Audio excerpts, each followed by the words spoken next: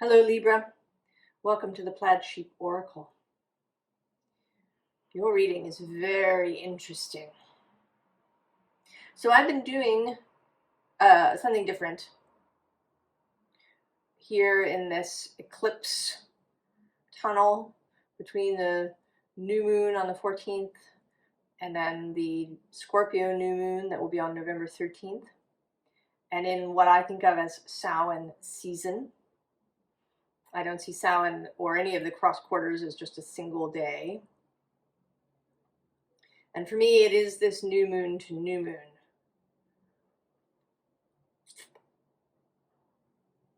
And Samhain is often seen as kind of a New Year time when something is settled, something right on the whole harvest has been brought in, and then you kind of settle down into dreaming what will come.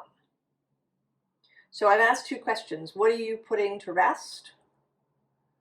And what seeds are you planting?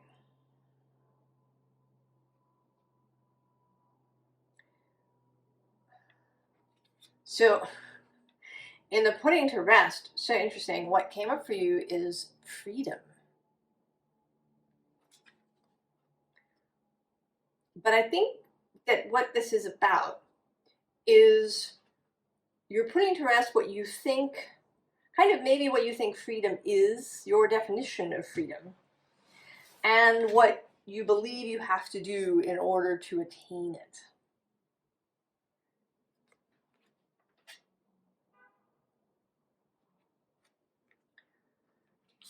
So both this dedication and then this boredom card, and actually also this balance, which is temperance in this tarot deck, there's a sense of just wanting to stop. That you've, right, the sense that you've had enough.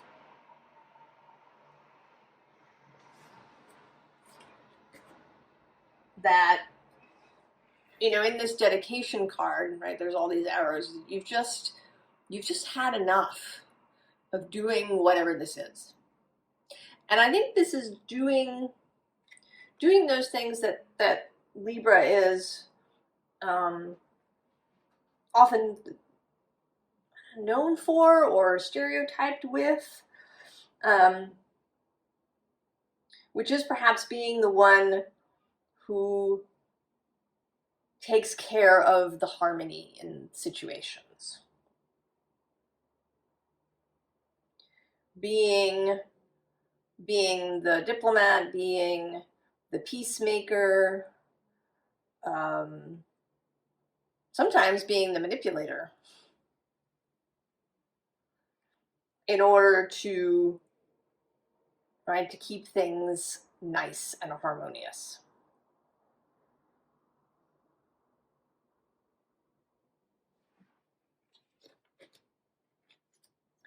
And with this boredom,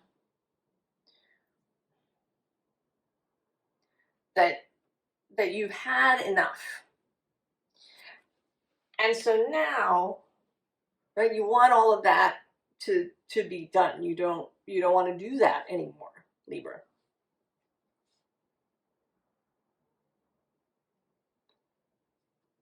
And what comes next is this Woodward, who is in fact Justice in this deck. And he is kind of, I don't want to call him a leader in the forest, but he is, right, he's kind of a steward character. You know, he cares for the woods, but he's very independent. He's kind of, I think of as being like Bjorn in The Hobbit. You know, he cares for his space, he cares for the animals that live with him, you know, who are his family, his friends. But He's not in any way could he be described as nice.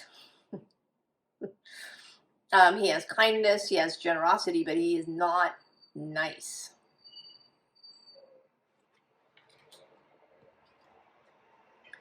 And then with this 10 of bows, right, you've been carrying this a long time, you just want to dump them. You just, right, just take all the bows and just throw them over the side.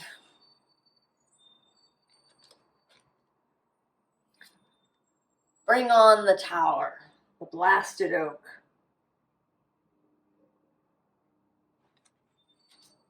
And then ultimately, just burn it down and walk away.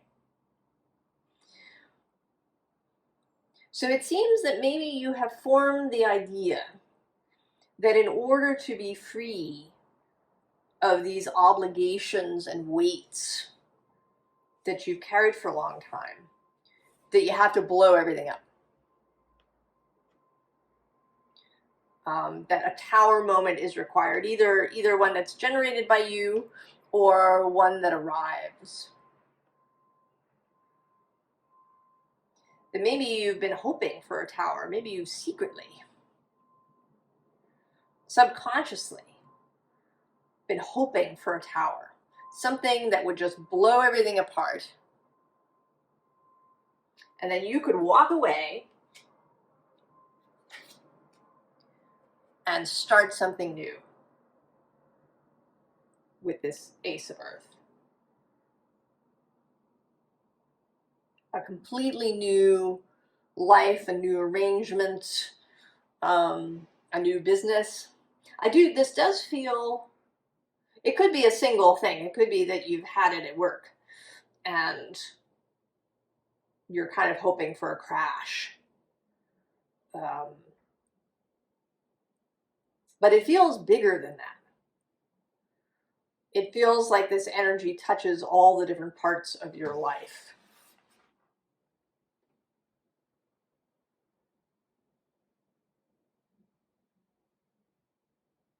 To just be, right, to create something entirely new. You know, as if you could, you know, go into witness protection, right, and have a whole new existence. New name, new life, new friends. With this Seven of Earth, this new herd.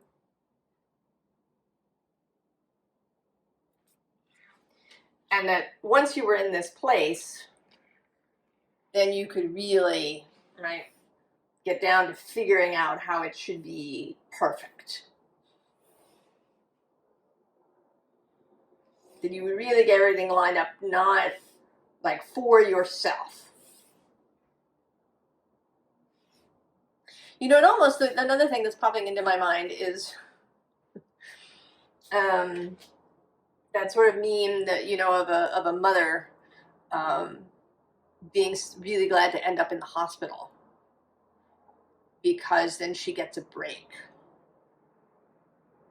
from all of the family obligations.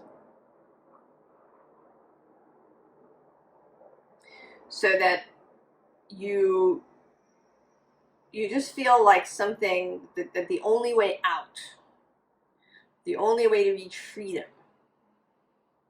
is for the status quo to be completely blown up.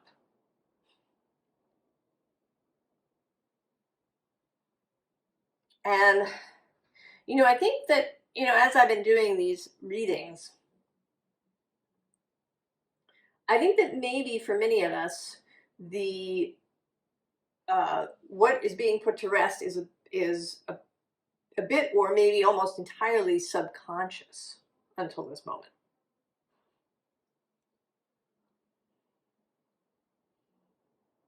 That you don't even entirely realize that you have this belief. So maybe you've been doing things. Maybe you've been you're doing sort of manifestational work, or you know, trying to think about people differently, doing intention work. You know, if you listen to Abraham at all, they talk about how if you change your, if you change how you see someone, then that person's behavior will change. So maybe you've been doing those kinds of things, but it's not working. Or at least it doesn't seem to be. And maybe the problem is that you secretly believe that the only way the change can happen is if everything blows up. And you see that kind of in society, don't you? If you float around on YouTube or other places, there's lots of people who are, you know, posting videos about when the next disaster is going to happen, or, you know, the collapse of civilization or the collapse of capitalism. And there's almost a gleeful energy to this. This idea that the only way that meaningful change will happen is if everything is blown up. If we can start kind of from scratch. And that happens in stories. You know, if you are a Star Trek fan, you know that in the timeline there's a world war, World War III happens on Earth. There's a nuclear exchange. For a long time, people sort of live, you know, kind of tribally. Cities are gone, and everything, you know, is rebuilt from kind of what is a blank slate. So we have a lot of this narrative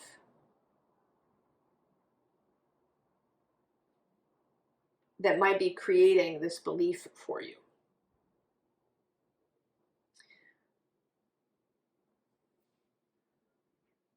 But the problem, of course, with this is that there's a lot of, right, destruction is, right, is not a nice thing to live through. People are hurt.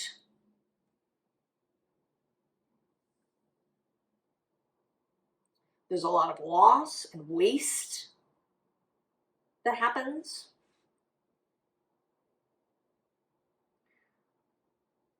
And in some sense, it's, I don't know, the word that wants to come up is lazy. It's kind of lazy imagination is what I want to say.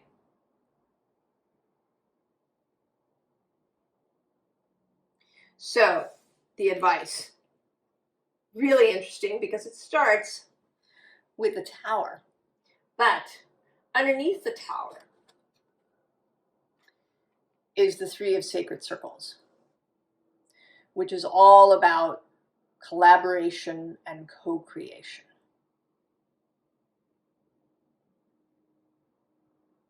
And actually underneath that is the Three of Cups, which in this deck is particularly about reconciliation.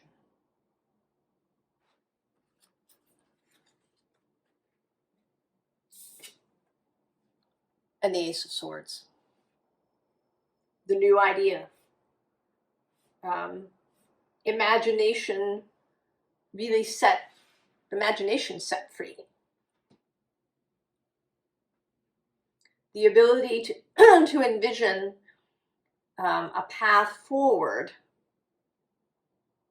that doesn't involve just blowing the thing up.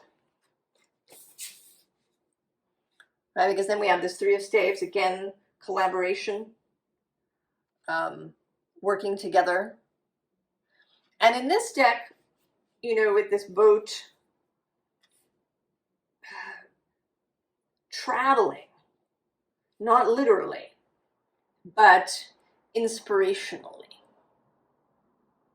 You know, it's as if you're stuck in some particular landscape where destruction seems to be the only way out. and you get in your boat and you allow your imagination to take you somewhere where you get a new inspiration, where you see with the Seven of Cups that there's a whole variety of possibilities.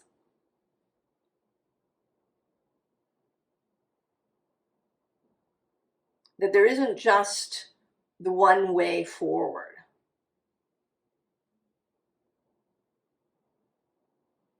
That there are many ways that things could work out.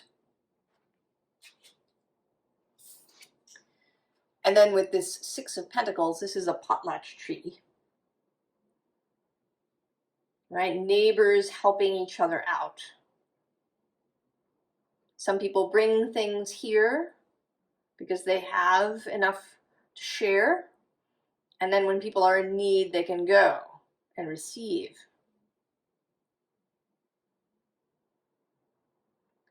This energy of collaboration. And what's so interesting is that Libra, in theory, is a sign of collaboration, of relationship, of really making things work with another. But I think that what's been happening, and maybe this happens to a lot of Libras in our society, is that maybe you've been making things happen kind of almost by force, right? By a kind of mental force, either by suppressing your own needs, by not saying what you really feel about a situation, by not voicing objections to things, by always giving in, by always letting somebody else choose, or possibly by manipulating the situation so that you get what you want, but you don't have to have a conflict about it.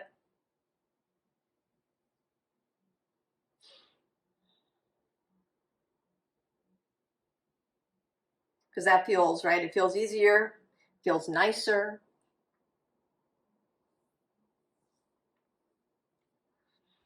It may even be also, thinking about justice, right? That if things are really bad, that the only way to deal with it is to blow it up.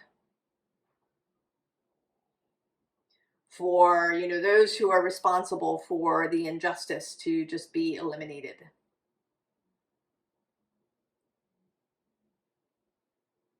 That is the path to freedom.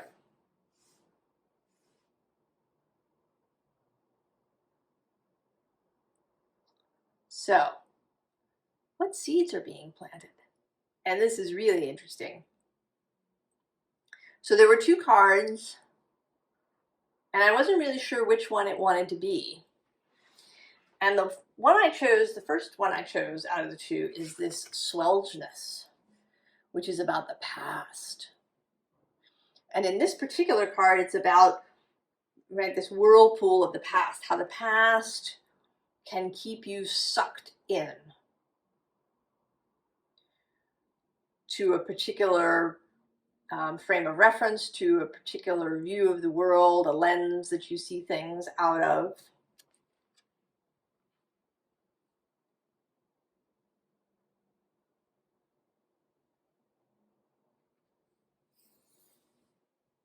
Right, the past as a trap.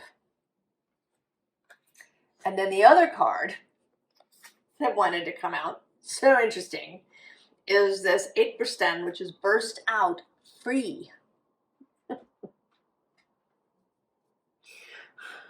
So again, there's this sense of freedom. And this card actually talks about, an arrow being, a bow and arrow sort of being held captive in this tense position. Right? The bow and the string are under stress. The arrow is being held still.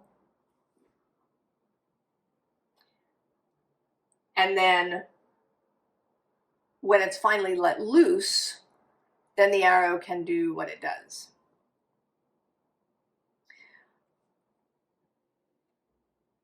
So I think what this is saying is,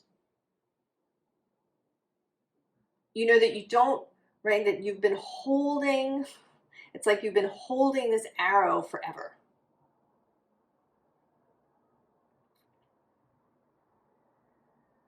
And maybe, right, with Libra, in my experience, Libras can sometimes be indecisive.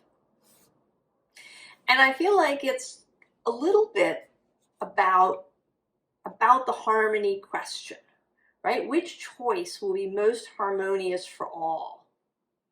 And that there can be trouble choosing. So it's as if you've been holding this position forever. And that you just, right, you just have to let the arrow fly in whatever direction it's going to. If it, you know, hits somebody instead of the target, well, that's just the way it is.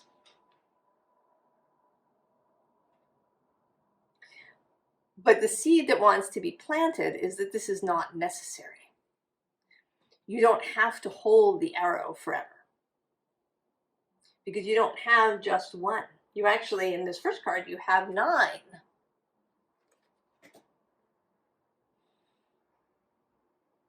Right? You are not limited to a single arrow. You don't have to hold forever. So we have this King of Fire. This mature, wise, intelligent, wholehearted energy that knows how to choose, knows when to act and when not to,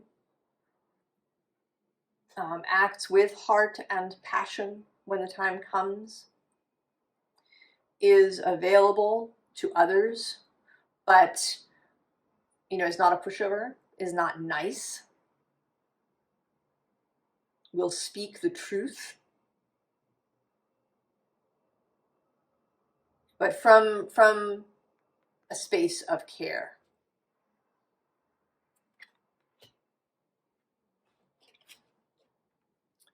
And then the 9 of Earth. The ability to choose for oneself, to manage one's own physical resources as well as one's own energy.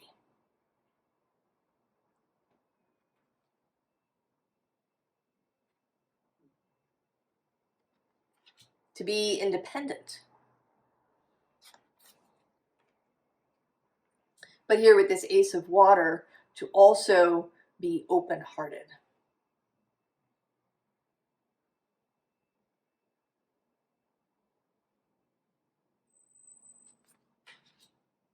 And so here you're the little seahorse. And then in this 5 of Water, I see you as continuing to be the seahorse. So you can, right, you can be there to comfort others in this 5 of Water. This person looks as if they're distressed. So that is, you can. You have the ability to comfort others, but you remain separate from them. You don't have to get all caught up with them. Right? And here with the Hierophant. Spiritual power and wisdom and knowledge.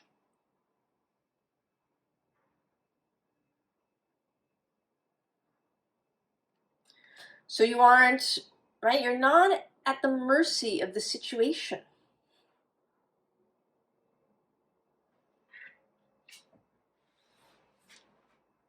You have the ability to create change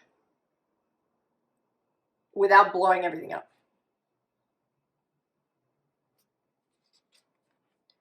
right? We have here the Two of Inspiration, seeing, and the star is below that, and actually below that is the Six of Voices, which is my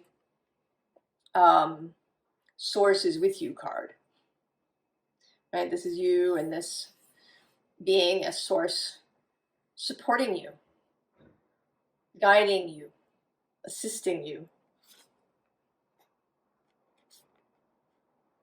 And here, both receiving and shining out inspiration. Right here, turning your sight away from here in a completely different direction.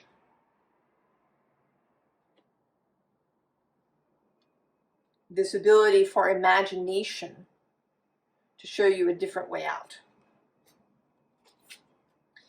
And then with this 10 of Inspiration, a different view of the 10 of Wands. It's incremental progress. Not the Tower, but incremental progress to this 10 of materials.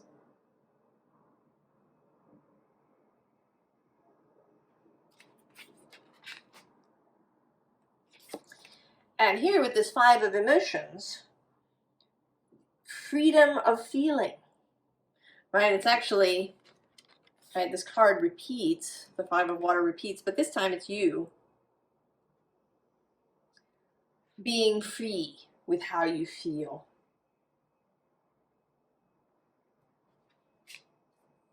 So over here we have you stuck. Your arm is trembling. You've been holding the bow for so long.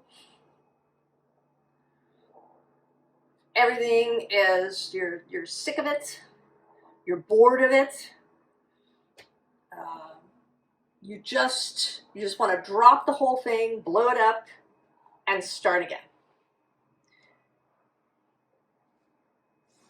Because that seems that's just the easiest way out, the quickest way out.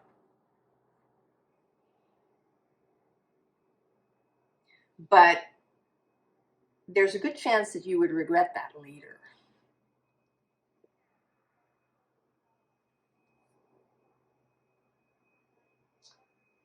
And then on this side, we have a dawning understanding that you're not trapped, that you can release the bowstring. You can actually not even fire that arrow. You can just put the whole thing down for a while until you know where your new target is. And understanding that you can be there for people without becoming mired with them.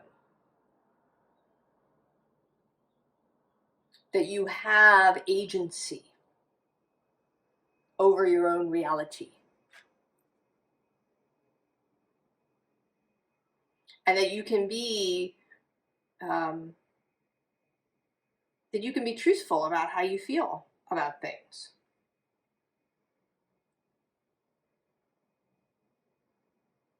That you can release emotions that you have, grievances that you have.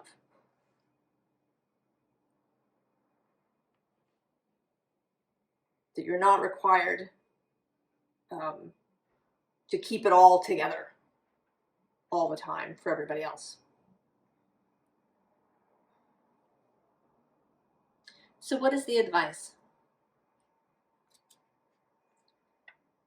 3 of Cups, of course. Celebration. Joy. I don't know, right? If you can put the arrow down and step back.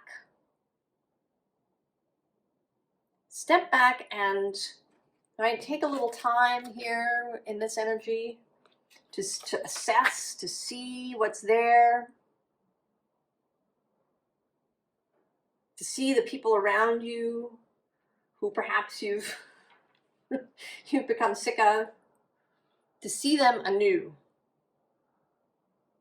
instead of from this space of having to manage everybody, right? Instead of from this Woodward, over Woodward, the Uber Woodward space where you're managing everybody's emotions, where you're managing everything so that it stays harmonious, that you are part of it, that you don't have to do all that managing, that you can just be with these other people as, right, as one of them. And at the bottom of this deck is the Queen of Swords, who is your card traditionally. And she's another character who is not nice. She's clear. She's always truthful. She can be kind. But she doesn't take any nonsense.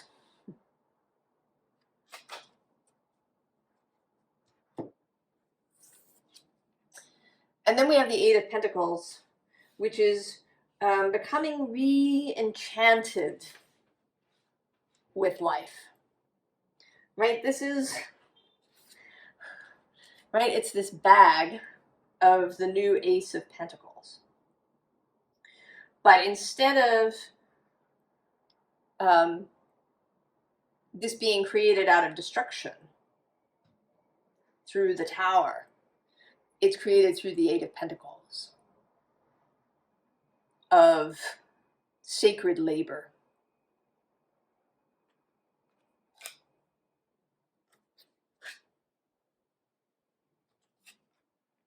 And then, of course, the Fool, setting out anew with fresh eyes,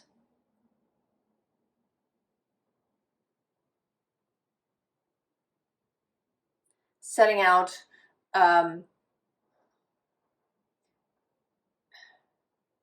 you know, it's like making, you know, you can make the intention to go out for a walk, maybe a walk that you take all the time, but to deliberately see things you've never seen before. So setting out with that intention into your life to see what you haven't seen before.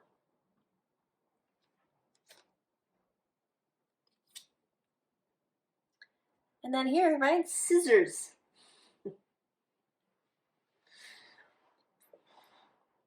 Scissors, not dynamite.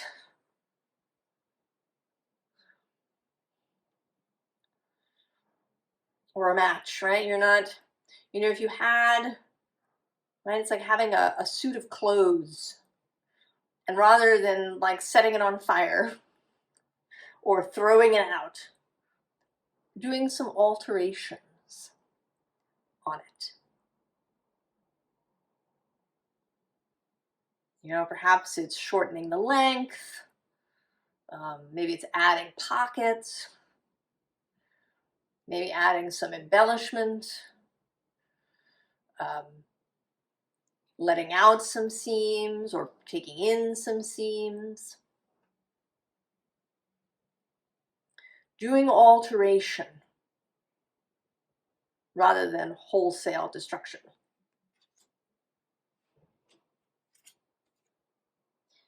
And then the Two of Cups. To be kind to yourself, first of all. Tell yourself the truth, first of all.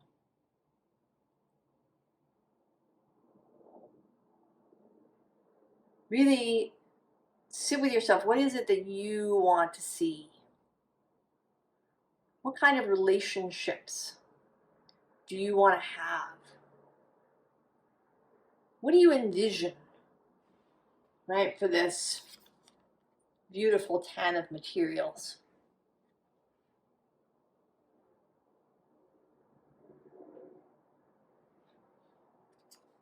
And then, you know, extend that compassion to others as well.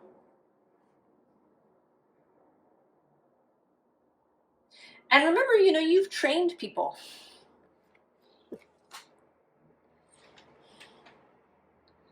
right? The way that people interact with you is not entirely on them.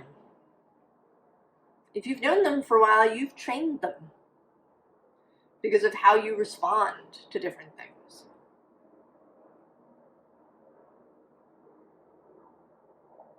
And that you can retrain them. Just as you can retrain yourself, Libra. This is a much juicier, more imaginative, more capable, more sovereign, more magical approach. The alteration, the rebuilding, the incremental change.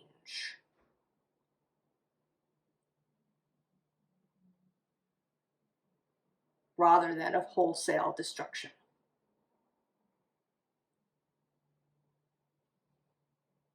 I wish you all the very best, Libra, and I will see you next time. So long.